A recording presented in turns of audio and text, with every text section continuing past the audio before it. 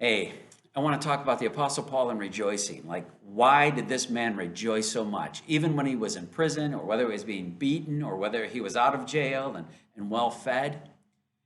And then it came to me. It's like God spoke to me about the purposes of life. We rejoice when the purpose of our lives is fulfilled. For example, let's say you wanted to have the largest pumpkin in Geauga County. And so year after year, you would experiment with fertilizers, with soil, with different pumpkin seeds, all kinds of things. And one year you enter it in the Geauga County Fair, and the next thing you know, you have the largest pumpkin and you win. And now you rejoice because that was your purpose. That's what you were shooting for.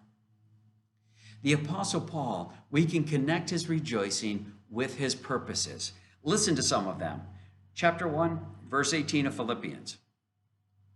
The important thing is that in every way, whether from false motives or true, Christ is preached, and because of this, I rejoice. The man's in prison, but his purpose isn't to be out of prison, it's to have Christ preached.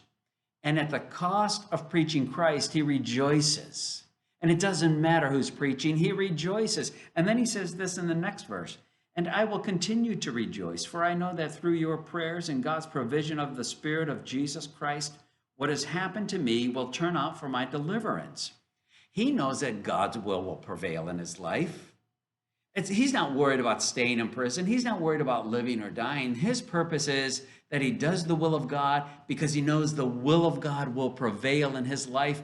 And God has the final statement about Paul. And God declares him innocent. So in this he rejoices. We go over to chapter 2, verse 17. But even if I am being poured out like a drink offering on the sacrifice and service coming from your faith, I am glad and rejoice with all of you. His life is literally being poured out. A drink offering would be tipped over and every drop goes out. He goes, when my life is being poured out, but it's for your faith and for the building up of the community of Christians in Philippi, man, I rejoice in this. Because the purpose of his life is being fulfilled.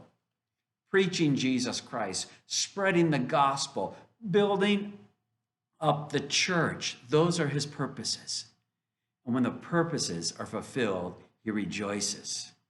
So we have to ask ourselves the question, what are the foundational purposes of our life?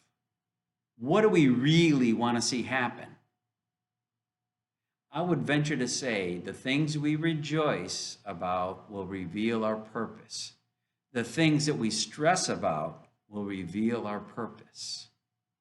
Perhaps this week, sit still and prayerfully consider what is or what are the purposes of your life. Hey, chains break, doors open, walk into the life that God has for you. Lord bless you. Bye-bye.